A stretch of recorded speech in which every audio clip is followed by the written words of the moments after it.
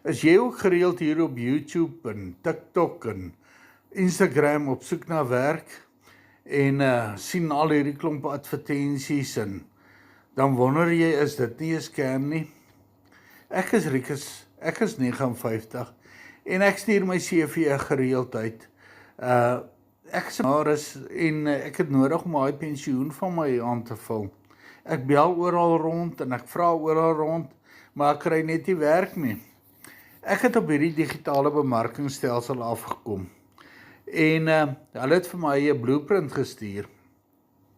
En hierdie blueprint het vir my alles vertel van hierdie besigheid, hierdie digitale aanlyn besigheid. En ek het aangesluit. En ek het sonder twyfel is dit nie 'n scam nie. As jy wil weet hoe jy ook hierdie blueprint in die hande kan kry, WhatsApp vir my die woord gratis na die WhatsApp nommer hier op die skerm en ek stuur vir jou gratis PDF en 'n video wat vir jou gaan wys hoe dit gedoen word.